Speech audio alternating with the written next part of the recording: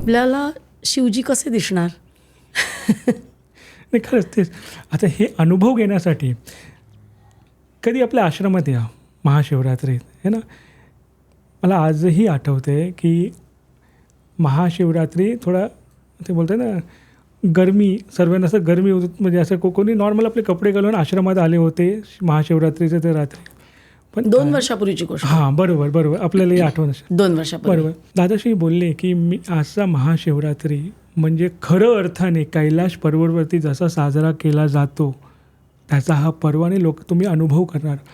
अनुभव असा झाला की जे थंडी आहे आजही आपण विचारणे जे असतील ते थंडीही लोकांनी अनुभव केली की एवढी कशी थंडी. असं बाजूच्या गावाला काही थंडी नाही, फक्त त्या स्थळी. पण मी ते अनुभवलं. त्या दिवशी आश्रमात प्रचंड थंडी पडली होती. बरोबर. आणि मार्चमध्ये एवढी थंडी की अक्षरशः लोकांना स्वेटर शाल घेऊन थंडी भागतच नव्हती. बरोबर. आणि हा ओपन एरिया, असा पण नाही की एखाद्या रूममध्ये आपण बसले आहेत. ओपन एरियामध्ये मागच्या गावात काही थंडी नाही, फक्त त्या ठिकाणी लोकांनी ते अनुभव केलेले आहे.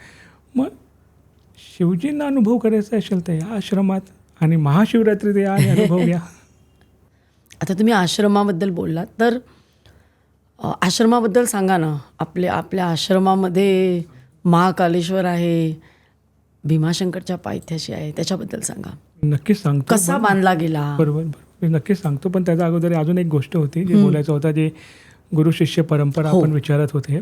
जर आपण आत्तापर्यंत जेवढे अवतार आले आहेत जर आपण बघणार, जसं की परशुरामजी झालेत. परशुरामजी होते, त्यांचे गुरु म्हणजे शिवशंकरजी.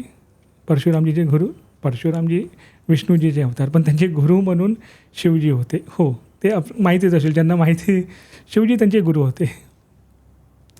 तसेच भगवान राम, जे रावणचं युद्ध त्याचा अगोदरच, तर जर आपण ते शिवलिंगची स्थापना करून है ना, रामेश्वर म्हणून बघा शिवलिंगची त्यांची पूजा करून ते गेले. तेवढंच नाही तर स्वतः शिवजी है ना, आपण शिवांश म्हणतो ना, हनुमानजी त्यांचं स्वरूप ते पूर्ण त्यांच्यासोबतच होते सेवेसाठी.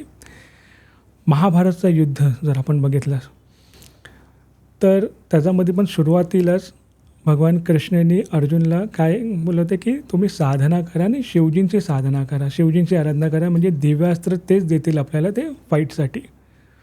मग प्रत्येक युगात आणि प्रत्येक अवतारात शिवजींचा सहयोग बोला, सपोर्ट बोला किंवा ते स्वतःही असतात, अवतरले असतात. आणि या युगात पण जे परिवर्तनचं चाललेलं आहे त्यांचा सहयोग बोला है ना, त्यांचा सपोर्ट बोला आहेच आहे आपल्यासोबत.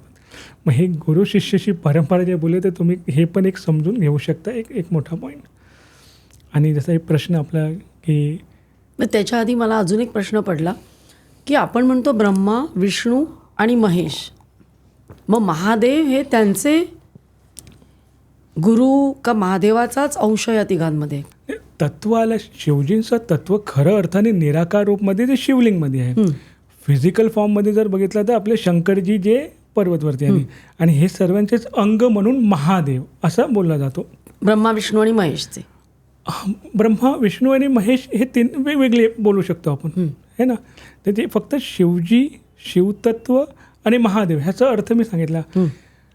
तत्व जे तुम्ही बोलता ते बरोबर, ते महादेवचं तत्व समजा येतात पृथ्वीवरती सपोर्ट करतात. परशुरामजीचे जे प्रॉपर गुरु म्हणजे शंकरजी, जे कैलाशवरती जाऊन ते भेटायचे तसंच, त्यांचं जे स्वरूप जे हनुमानजी तुम्ही बोलता तसं हिशोबाने. आणि असाही वेळी त्यांचंच जे पूर्ण फिजिकल फॉर्ममध्ये पण शंकरजी येतात भूलोकवरती, कुंभमेळे येतात. खरोखर ते एक मोठा अनुभव आहे. कधी त्यासाठी तुम्ही वेगळं पॉडकास्ट ठेवा, ते मग फक्त एक गुरु शिष्य परंपराचा नक्कीच आपण जर कधी वेळ भेटेल तर आपण एक प्रॉपर त्यावरती कसं ते शिवजी करतात, अगस्त्य मुनीजी, महाअवतार बाबाजी, ते पूर्ण एक आपण एक पाहिजे तर एक वेगळं पॉडकास्ट ठेवूया याच्यावरती.